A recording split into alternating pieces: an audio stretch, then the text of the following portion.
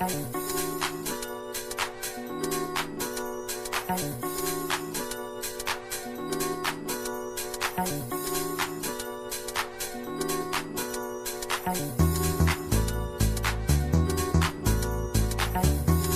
it a struggle? Yes, we have to realize our strengths and our weaknesses.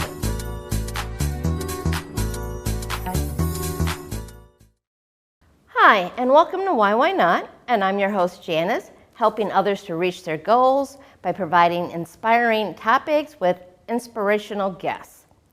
Today, we're actually in Erie, PA. We're being hosted by CAM Television Community Media Access, so we're very happy to be here in Erie, PA. And we're actually going to speak to a guest from Erie. His name is Brandon Wyle. He is a licensed mental health therapist and also the director and founder of Open Eyes here in Erie, PA. Welcome to the show, Brandon. Thank you. Appreciate it. It's great to be here. Right.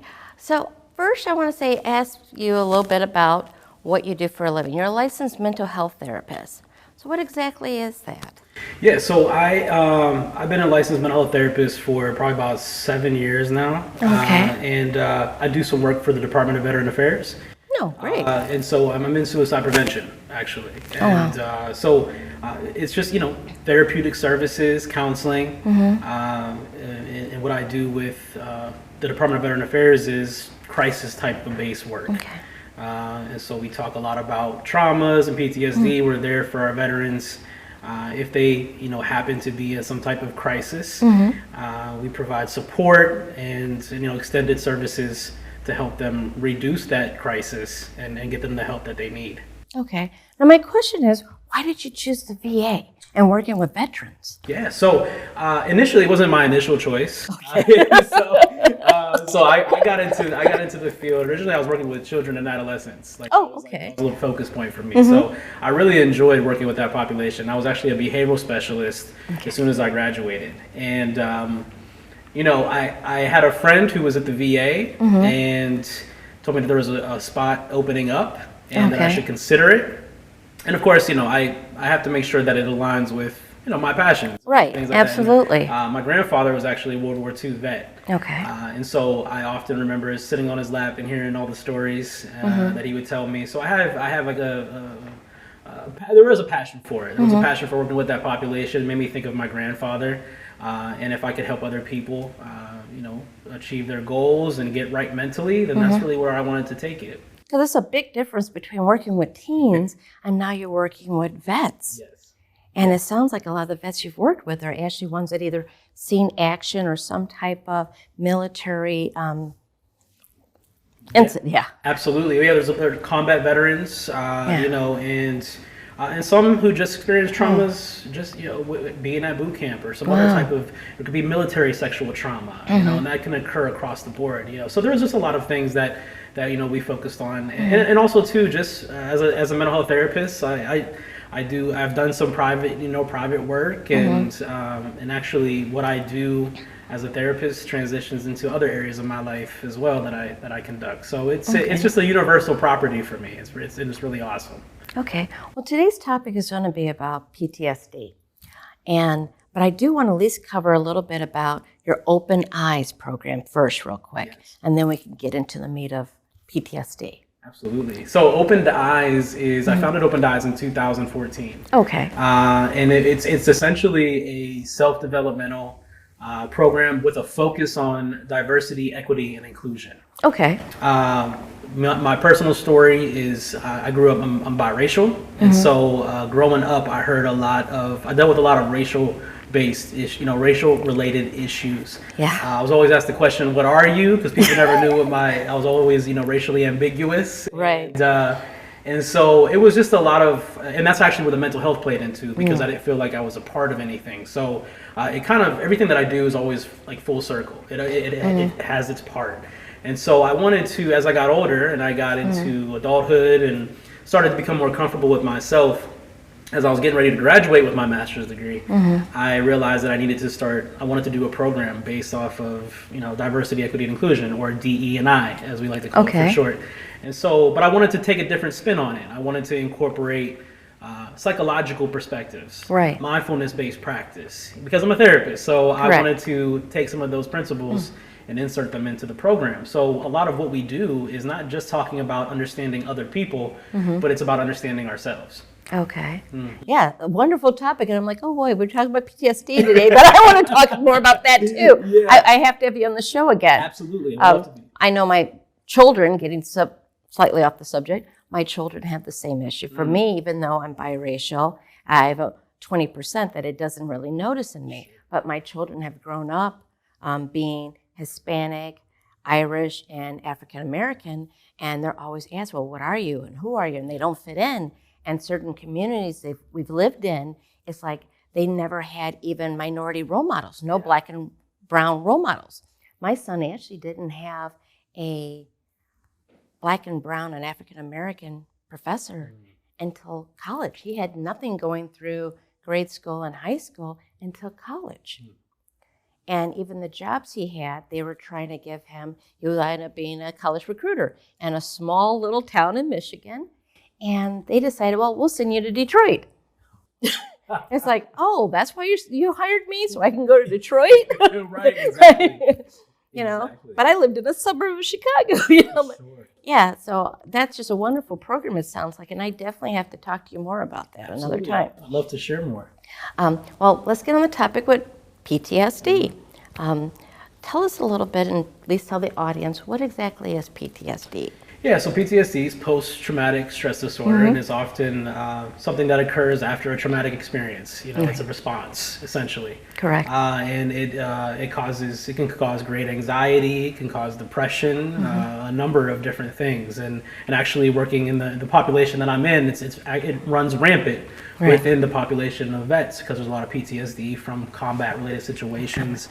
Or what have you. But PTSD, anybody can get PTSD based off of a traumatic experience. And so, and the thing is too, and here's the thing, I think oftentimes people say, how do we correct PTSD or how do we get over it? And it's not so much that like PTSD just goes away. Right. It's about learning how to cope.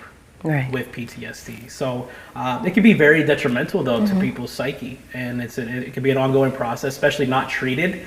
Again, it can be very detrimental. It can lead to a lot of other risk factors like suicidal ideations, you know, so on and so forth. And I'm happy you mentioned that it's just not for military combat, because a lot of people think PTSD, oh, that's just for most of the vets. Now, a lot of vets definitely, it's more prevalent there. And people know about it because it's such a large population compared to like, we know it's military typically and it's violence and combat. Whereas someone can get PTSD from childhood, you know, or a traumatic incident, unfortunately, abuse with a spouse or date rape. They can have those different things, but people don't realize it all the time as PTSD. Now, PTSD, it can start as young as childhood, correct? Correct. Now, when you get PTSD as a child from a traumatic event, how long and how does it manifest? Like when you see the school age to high school, how do you see some of the symptoms that may come out that people aren't aware that it's PTSD? Sure. I think oftentimes too, people obviously with an acute onset of anxiety or, you know, it could be panic attacks. It can come in the form of so many different things. And oftentimes people, and what's interesting about trauma is that people sometimes, they try to bury it so much, and that's also problematic, you know, because it just kind of gets stored there, but then it comes out in other ways. Right. And engaging in risky behaviors, especially with childhood and teen, you know, obviously that's a very important age in regards to development. Right. So not only are hormones flowing, but also if you have a traumatic experience, it can lead to a lot of other things. It could Avoidance. avoidance, isolation, Dysfunction relationships. Yes. Absolutely. Substance abuse. Yes. Substance abuse is a big one. I mean, especially our younger population are becoming exposed to so much more things. I mean, with the age of social media and so on and so forth. So there are so many factors here, especially in today's age, that we have to be mindful of in order to really tackle these things and really address trauma on all ages. Right. And even with eating, that's also that comes and Yes. manifests. Yes. You know, you'll see the child in school that's an overeater, and you're wondering why. And unfortunately for teachers, we don't always know what's going on. and people and parents keep things quiet and family keep things quiet. Little disclosure about myself and why I chose this topic. I know for me, I had PTSD as a child, a teen, and adult. And I guess I'd never addressed it until recently. I'm a woman of faith, and I've dealt with my PTSD with God. So instead of going to a therapist, it's prayer and trying to cope that way. You know, I do believe that prayer and speaking with God, that relationship is important, but I also believe that a therapist is also important too. Those two things working together, possible. But I've had childhood abuse, violence in the home. I mean, my mother barely missed shooting me by a couple inches. The bullet whizzing past my face. I've walked over a dead body because of violence in Chicago. And it's like a lot of those things you can't forget. I mean, I could still tell you what color shirt the guy had on that I walked over, you know. And then you do notice, and people don't understand, it does blend into high school and isolation. And I like to tell people the funny part is how I protected myself, I dressed more mature. So in high school, I used to wear 3-piece suits and a little briefcase and a pocket watch. So I looked more mature just to protect myself because everyone avoids the teacher. Everyone thought I was a teacher.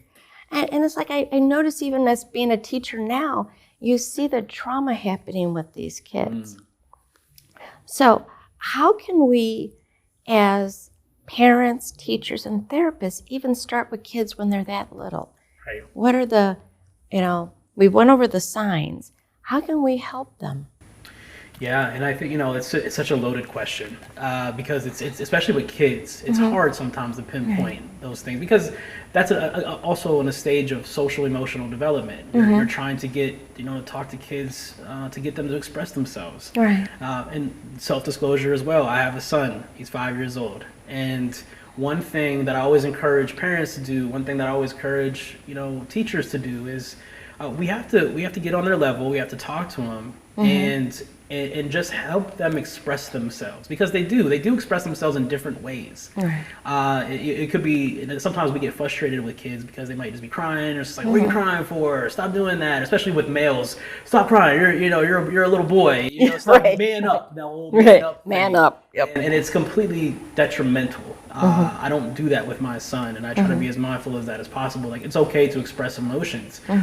For me, it's showing my son and I every day, just about every day. I ask him how his day at school was. I asked him to have him tell me what he did, and then I say, "Hey, how are you feeling? Are you happy? Are you sad? Are you excited? Are you anxious? Are you?" And what's obviously explaining what anxiety is to him, and he'll say, "I'm happy," or he says, "I'm sad." And I'm like, "What are you sad about? What happened today?" And I think we just have to be more engaging with our children, and to really, and of course.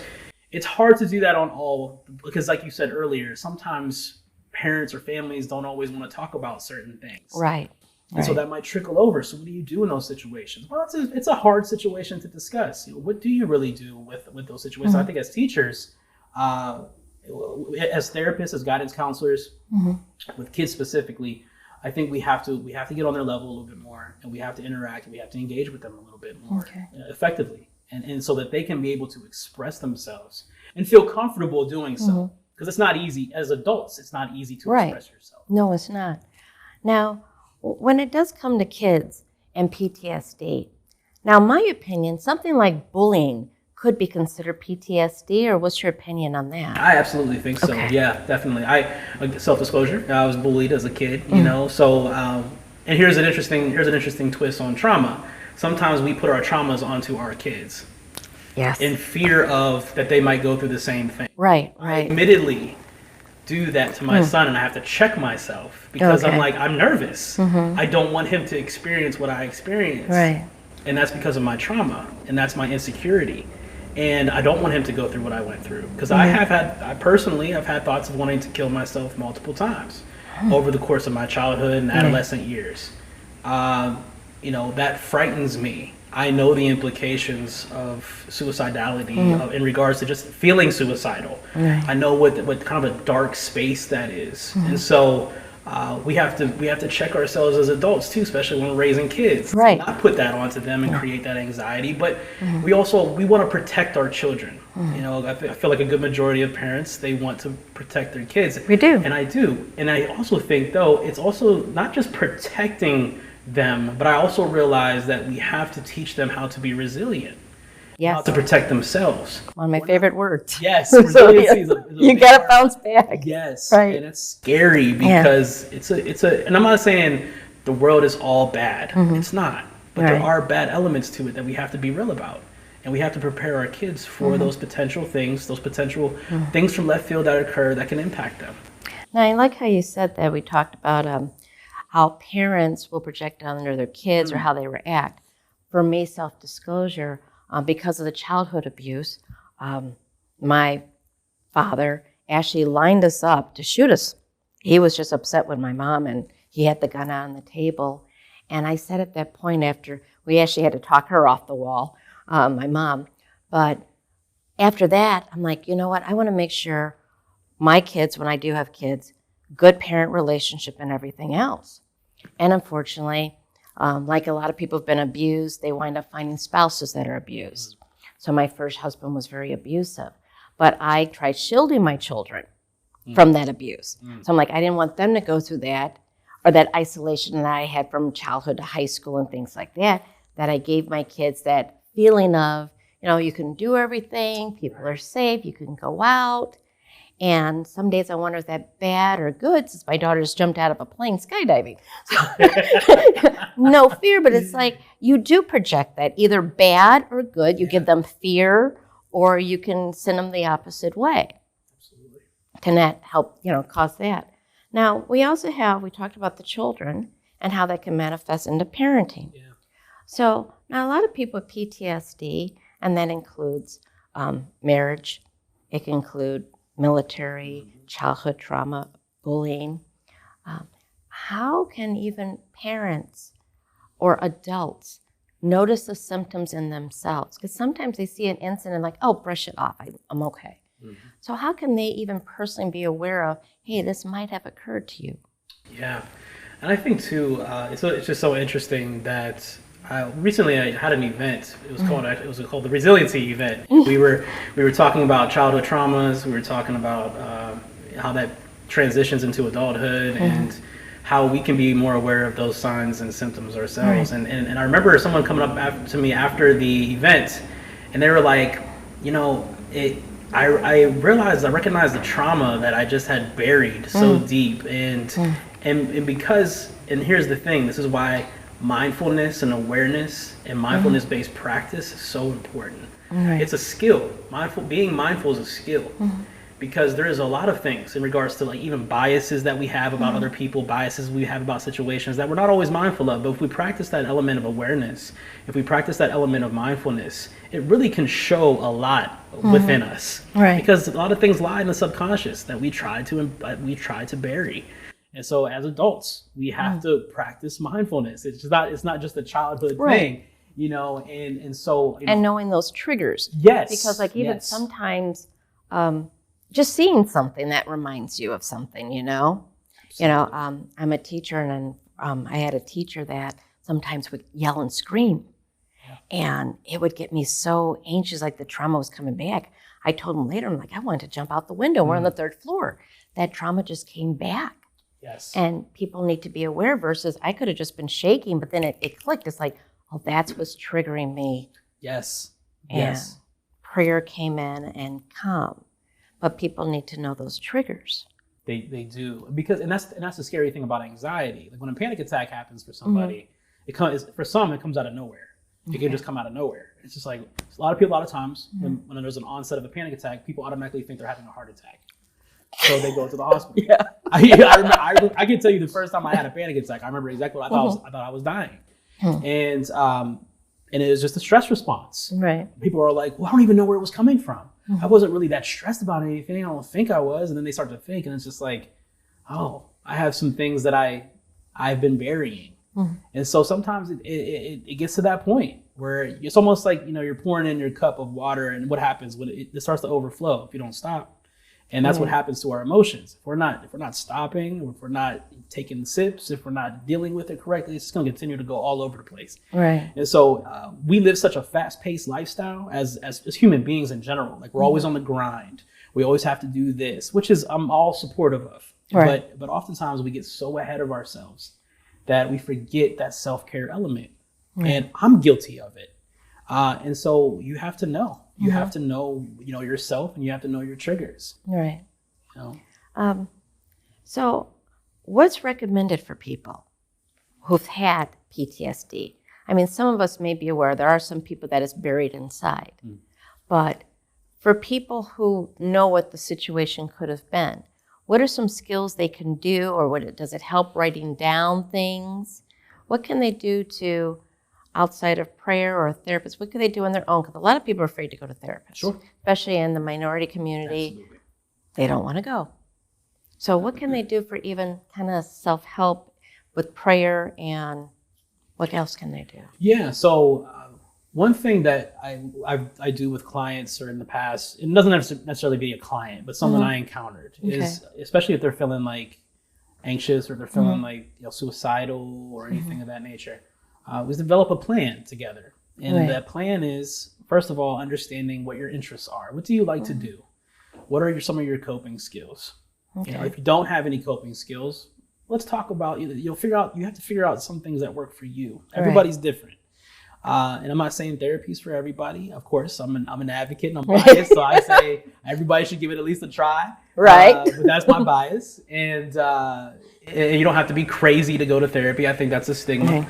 And so I think it's just, you have to find those things that make you feel good. And that's the problem with depression, though, because sometimes the things that you're interested in, one of the things of depression is not having interest in anything. So then what do you do? Right. So there's always a constant development. You have to find the things that work for you as best as you can. And that might just be talking to somebody. It could be prayer. It could be just going for a walk. A lot of the times people say, I don't have any coping skills. I don't like to do anything. And then I'll rattle off a couple of things. Do you like music? Do you like seeing nature? Do you like going for walks? Right. Do you like looking at the night sky? Or rubbing a puppy. Or you like rubbing a puppy? And they're like, well, yeah. And I'm like, see, we think sometimes it's overthinking our coping skills. The things that we don't even think could be beneficial for us, we just overlook it. And good healthy ones versus coping skills with drugs or overeating. Exactly. Right. Because there are negative coping skills that are not good. And that just makes it even worse with the negative on top. Absolutely. Now, with PTSD, does depression, is it like with it or comorbid with it, or is it a byproduct of it? It could really be either or. I think that most of the time when people are developing or have PTSD or have a trauma, I think, and of course, if they had depression before, then it's just an added additional thing. Right. But oftentimes, if you develop PTSD, and of course, especially you don't know how to treat it, you don't know what's going on, you will fall into probably a major depressive type of clinical diagnosis. Right. That could be very severe because you're not treating it. You don't know what to do. You don't know if life is worth living anymore. So that's going to put you in a depressive state. Right. So that's why the treatment of PTSD itself, as you were saying, it could literally cause all of these other things. On top of it could be a co-occurring disorder with depression if you already have it. And that's the issue too. We can go through life sometimes without anything being treated, and then something else happens. Right. And it's just like an added thing. So that's why it's just like we've been saying, it's good to know yourself and to explore and to practice that idea of mindfulness. What's some good treatment? I mean, like in your therapy sessions, like what type of techniques or theories do you use? Do you do like Illyrian or Freudian, or what type of? I consider myself to be like an eclectic type of person. I'm a big Adlerian guy. I'm a big Adlerian guy. Adler was one of my favorites. But I think that especially in my realm, we all in suicide prevention, we kind of have that brief moment with the people. So, and the idea is to the acute crisis we're in the midst of. So it's almost like just addressing that first. Okay. And then but cognitive behavioral therapy, CBT, is always a big one. And there's so many other modalities out there that can treat And mindfulness. Yes, and mindfulness-based practice. Right. You know, some people like groups, some people don't. Okay. Group settings can be good because it allows people to see that, hey, I'm not alone in this. Right. You share this and we can share stories and that's beneficial as well. So all of those different techniques, again, I think it's really just finding your tailor-made thing. And to do that, sometimes it requires a little bit of help and guidance from, it could be a spiritual advisor, it could be a therapist, it could be an educator, whomever, you know, but I always encourage people to at least try to find or identify that one person that you might be able to confide in a little bit. Right. Because it just helps to have some type of support. Correct. Support is essential. I think not even just from a mental health perspective, but just having support in general makes you feel good. So I always put that as a big part of treatment. Okay. So first in treatment, you really need to find what is cause of it. What is that trauma that you're experiencing? Yeah. Then we're going with how are you relating to that? What are are you getting anxiety? Are you overeating? Yeah. Developing coping skills would come next. And all those are in therapy. Yeah. And then what does it look like when we only have a few more minutes? What does that look like for them when they finally hit that realization point? That's what it was. That's what I've been doing. I'm not going to do it anymore. And these are my coping skills. How are your patients? I mean, what are their feelings when they're like that off feeling? And I think that varies at different times. For some people, it's just to even admit it is relieving to say it. Yeah. You know, so that could be a very initial thing. Obviously, there's still more work that needs to be done. Right. Yeah. Please don't stop therapy when you get that one point. But that's right, though. You know, at some point, it's like, oh, okay. I was able to just get it out and identify it. And that in itself can alleviate so much pressure. Just so much pressure. And then from there, it's just, it's building, it's developing, and then it's maintaining. Because it doesn't, when you're done with therapy, it doesn't mean you're done with your own personal treatment. So it's an ongoing and a lifelong process. It's like Maslow's hierarchy of needs, self-actualization. We never stop evolving. We never stop transcending. So it's an ongoing process. Is it harder for people, we got 2 minutes, is it harder for people when they realize they had this trauma? Is it a lot of people that it's just too much to bear and they can't handle it? Sometimes, yeah, absolutely. Sometimes just admitting it, I said it can go either way. People can feel really relieved, or it could just absolutely terrify them to have to admit that something that traumatic happened. Wow. And so because they have to relive it. Wow. And nobody wants, and not a lot of people want to nobody really wants to relive a trauma. But for some, it's hard to even just verbalize it because it makes it real. Right, the real word. It makes it real. So that's why people keep to themselves, because if I don't say it, then it's not as real as it is. Right. So that's why the art of therapy is powerful, because just to even get to admit it is a part of the process and what that does for you. Right. I know for some things in my own life is like, okay, I hope that never happened, and we're not talking about it, we're not going to go look for it. Exactly. Leave that out. Yeah. So this was a great conversation on PTSD. Just enjoy having you as a guest. Thank you for having me. If you can, in 15 seconds or so, 30 seconds or less, can you just tell people what's your opinion on getting therapy? Yeah, of course, like I said, I'm biased. I believe in the power of therapy. I believe in the art of therapy. And I always say, just because we have to break the stigmas of mental health and understand that because you decided to go talk to somebody does not mean you're incompetent. It doesn't mean that you're weak. It just means that you're finally realizing, I need some additional assistance. And actually, it's empowering. So my recommendation is to go for it and not be scared and enjoy that manifestation and empowerment. Okay. Well, thank you very much, Brandon, for coming on the show. This is Why Not? And I'm your host, Janice. Good night.